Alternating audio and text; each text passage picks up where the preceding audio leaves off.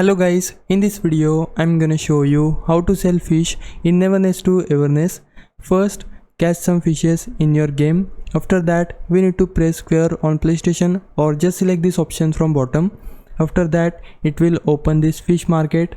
We need to select the second option and now it will show you all the fishes you hold. Just select the fish you want to sell. So let's say I want to select this fish, then I just need to select it. After that, press triangle on PlayStation or select the sell option from bottom right corner. After that, the fish will be sold. You will get fonts and other item.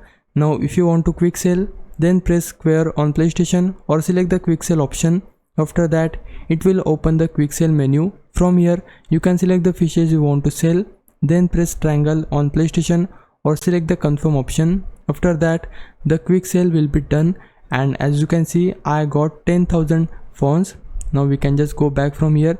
In case you are not doing fishing, then firstly we need to open our map, then go to the fishing location like this. After that, you will get the fish market option here.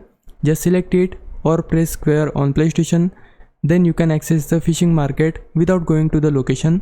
This is the process. Hope this helps. If it did, please like this video and subscribe my channel. For now, thanks for watching. Bye bye.